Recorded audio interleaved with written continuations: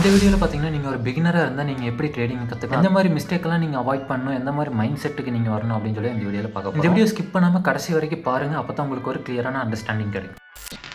நீங்கள் ட்ரேடிங் எதுக்காக பண்ணணும்? ஒரு லக்ஸுரி கார் வாங்கணும், ஒரு பெரிய வீடு வாங்கணும், நிறையா பணம் சம்பாதிக்கணும், இந்த ஜாபை குவிட் பண்ணிவிட்டு நான் வந்து ட்ரேடிங்கில் பெரிய பணக்காரன் ஆக போகிறேன் அப்படின்னு யோசிச்சுட்டு நீங்கள் ட்ரேடிங் ஸ்டார்ட் பண்ணணும்னு நினச்சிங்கன்னா இன்றைக்கே ட்ரேடிங் விட்டுருங்க, ட்ரேடிங் பண்ணாதீங்க. ஏன்னா நான் சொன்னது எல்லாமே வந்து பார்த்தீங்கன்னா ஒரு ரிசல்ட் ஓரியன்டான மைண்ட் செட். நீங்கள் எந்த விஷயமா இருந்தாலும் எப்போ வந்து நீங்கள் ஒரு ரிசல்ட்டை எக்ஸ்பெக்ட் பண்ணிவிட்டு நீங்கள் அந்த ப்ராசஸை பண்ணுறீங்களோ அந்த போய் நீங்கள் வந்து அந்த ப்ராசஸை பிடிச்சி பண்ணல அப்படிங்கிற மாதிரி ஒரு ஃபீல் வரும். ஸோ சிம்பிளாக சொல்லணும்னு வந்து பார்த்தீங்கன்னா ட்ரேடிங்கில் நான் பணம் சம்பாதிக்கணும்னு சொல்லி நினச்சிங்கன்னா நீங்கள் கண்டிப்பாக பணத்தை லாஸ் பண்ண தான் போகிறீங்க. ட்ரேடிங்னா என்ன? இந்த ப்ரைஸ் வந்து எங்கே மூவ் ஆகுது, மேலே மூவ் ஆக போகுதா, கீழே மூவ் ஆக போகுதா, எந்த ஒரு ப்ரைஸ் பாயிண்ட்டில் ரிவர்ஸ் ஆக போகுது அப்படின்னு சொல்லி நீங்கள் ப்ரெடிக்ட் பண்ணுறது தான் ட்ரேடிங். ஓகேவா?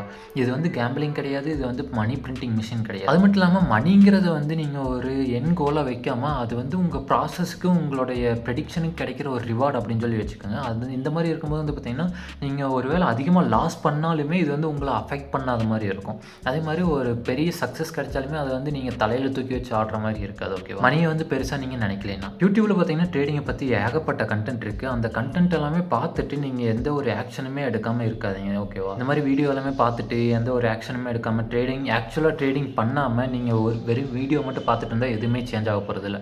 நீங்கள் ஆக்ஷன் எடுத்தால் மட்டும்தான் உங்கள் லைஃப் வந்து சேஞ்ச் ஆகும். ஓகேவா? சரி, ஓகே. இப்போ ஆக்ஷன் எடுக்கிறேன்னு சொல்லிட்டு நீங்கள் டேரெக்டாக ஒரு ஐசிடி இல்லை எஸ்எம்சி அந்த மாதிரி வந்து பார்த்தீங்கன்னா அட்வான்ஸ்டான கான்செப்ட்குள்ளே போய் படிக்காதீங்க. ஏன்னா அந்த அட்வான்ஸ்டான கான்செப்ட் எல்லாமே நீங்கள் பிகினராக இருக்கும்போது போய் படிச்சிங்கன்னா உங்களுக்கு அண்டர்ஸ்டாண்ட் ஆகிறதுக்கு ரொம்ப ரொம்ப கஷ்டமாக இருக்கும். அதனால் ஃபஸ்ட்டு ஸ்டார்டிங்கில் பேசிக்ஸை ஃபஸ்ட்டு அண்டர்ஸ்டாண்ட் பண்ணுங்கள்.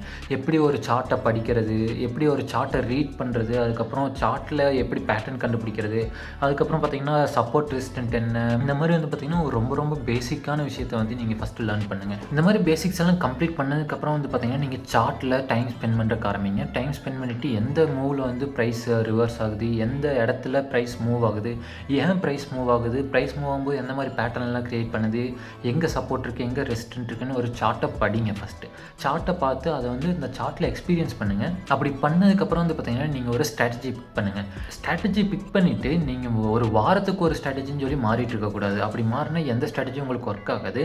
ஒரு ஸ்ட்ராட்டஜி பிக் பண்ணிங்கன்னா அந்த ஒரு ஸ்ட்ராட்டஜி தான் நீங்கள் ஃபுல்லாக யூஸ் பண்ணணும். ஓகேவா? அட்லீஸ்ட் உங்கள் பேக் டெஸ்ட் முடிகிற வரைக்கும் ஆச்சு அந்த ஒரு ஸ்ட்ராட்டஜி தான் யூஸ் பண்ணணும். அந்த பேக் டெஸ்ட்டோட ரிசல்ட் தான் உங்களுக்கு சொல்லணும் இந்த ஸ்ட்ராட்டஜி ஒர்க் ஆகுமா ஒர்க் ஆகாது அப்படின்னு சொல்லிட்டு. இப்போ வந்து ஒரு ஸ்ட்ராட்டஜி பிக் பண்ணிவிட்டு அதை வந்து நீங்கள் பேக் டெஸ்ட் பண்ணுங்கள். பேக் டெஸ்டிங் பண்ணலாம், இல்லை டெமோ அக்கௌண்ட்டில் வந்து ட்ரேட் பண்ணலாம். இதை வந்து நீங்கள் ஒரு 1 month அந்த மாதிரி பண்ணலாம். 1 month பண்ணாலே போதும், உங்களுக்கு வந்து ஒரு டேட்டா கிடைக்கும். அந்த டேட்டா வச்சு நீங்கள் டிசைட் பண்ணலாம் இந்த ஸ்ட்ராட்டஜி வந்து உங்கள் ரியல் அக்கௌண்ட்டில் யூஸ் பண்ணலாமா வேணாமா அப்படின்னு சொல்லிட்டு. ஆனால் என்னோடய அட்வைஸ் என்னென்னு பார்த்தீங்கன்னா இந்த டெமோ அக்கௌண்ட்டு ரொம்ப நாளைக்கு யூஸ் பண்ணாதீங்க. Maximum 1 month is fine. ரொம்ப நாள் யூஸ் பண்ணுறதுனால என்னன்னு பார்த்தீங்கன்னா டெமோ அக்கௌண்ட்டுக்கும் ரியல் அக்கௌண்ட்டுக்கும் ஒரு டிஃப்ரென்ஸ் இருக்குது. ரியல் அக்கௌண்ட்டில் நீங்கள் மணி போட்டு பண்ணும்போது உங்களோட ஃபீலிங்ஸே வேறு மாதிரி இருக்கும், உங்களோட மைண்ட் செட் வேறு மாதிரி இருக்கும், உங்களோட டிசிஷன் மேக்கிங் வந்து ரொம்ப வேறு மாதிரி இருக்கும். டெமோ அக்கௌண்ட்டில் இப்போ ஒரு 1000 ரூபா லாஸ் ஆச்சுன்னு வைங்க, இது வந்து வெறும் டெமோ அக்கௌண்ட் தான் அப்படிங்கிற ஒரு மைண்ட் செட்டில் நீங்கள் இருப்பீங்க. ஆனால் இதே இந்த 1000 ரூபா லாஸ் நீங்கள் ரியல் அக்கௌண்ட்டில் ட்ரேட் பண்ணும்போது உங்களுக்கு எப்படி இருக்குன்னா, ஐயோ நம்மகிட்ட இருந்து 1000 ரூபா காசு போயிருச்சு, இந்த 1000 ரூபா திருப்பி வராது அப்படிங்கிற மாதிரி உங்களுக்கு இருக்கும். அந்த மைண்ட் செட் தான் இந்த ட்ரேடிங்க்கு உங்களை ப்ரிப்பேர் பண்ண ஸ்டார்ட் பண்ணும். ஓகே, அதனால நீங்கள் டெமோ அக்கௌண்ட்டில் ரொம்ப நாள் டைம் ஸ்பெண்ட் பண்ணாதீங்க. ஒரு 5000 10,000 இல்லை மினிமம் அந்த அளவுக்காச்சும் போட்டு வந்து நீங்கள் ஒரு லைவ் அக்கௌண்ட்டில் ட்ரேட் பண்ண ஸ்டார்ட் பண்ணுங்கள். அப்போ தான் உங்களுக்கு வந்து லேர்னிங் வந்து ரொம்ப ஃபாஸ்ட்டாக நடக்கும். கடைசி பாயிண்ட் என்னன்னு பார்த்தீங்கன்னா ட்ரேடிங்கில் ரொம்ப ரொம்ப இம்பார்ட்டன்ட் உங்களுடைய சைக்காலஜி, அதுக்கப்புறம் உங்களுடைய டிசிஷன் மேக்கிங் தான். ஓகேவா? இந்த ப்ரைஸ் மூவ் ஆகிறதுக்கு எப்படி நீங்கள் டிசிஷன் எடுக்கிறீங்க, இந்த அளவுக்கு வந்து எந்த அளவுக்கு ரிஸ்க் மேனேஜ்மெண்ட் உங்களால் பண்ண முடியும், ரிஸ்க் மேனேஜ்மெண்ட்டோட டிசிஷன் எப்படி எடுக்கிறீங்க, இந்த அளவுக்கு ரிஸ்க் தான் என்னோட அக்கௌண்ட்னால எடுக்க முடியும் அப்படின்னு சொல்லி 1:2 இல்லை அந்த மாதிரி வந்து பார்த்தீங்கன்னா ரிவார்ட் ரேஷியோ வச்சு நீங்கள் வந்து ட்ரேட் பண்ணணும். அந்த டிசிஷன் மேக்கிங் மட்டும்தான் உங்களை வந்து ஒரு ப்ராஃபிட்டபிள் ட்ரேடராக வச்சுருக்கோம். ஸோ ரிஸ்க் மேனேஜ்மெண்ட் ஏன் ரொம்ப ரொம்ப இம்பார்ட்டன்ட்னு சொல்லிட்டு பார்த்தீங்கன்னா ஒரு 10 ட்ரேட் நீங்கள் எடுக்கிறீங்கன்னா அந்த 10 ட்ரேடில் ஒரு 6 ட்ரேட் நீங்கள் லாஸே பண்ணுறீங்கன்னு வைங்க. 6 ட்ரேட் லாஸ் பண்ணிவிட்டு வந்து பார்த்தீங்கன்னா மீச்சு இருக்க 4 ட்ரேடில் நீங்கள் ப்ராஃபிட் பண்ணுறீங்க. இப்போ நம்ம ரிஸ்க் ரிவார்ட் ரேஷியோ 1:2 இருந்துச்சுன்னா என்னோட 10,000 ரூபா அக்கௌண்ட்டில் வந்து பார்த்தீங்கன்னா ஒரு 100 ரூபாயை நான் வந்து ரிஸ்க் பண்ணிகிட்ருக்கேன்.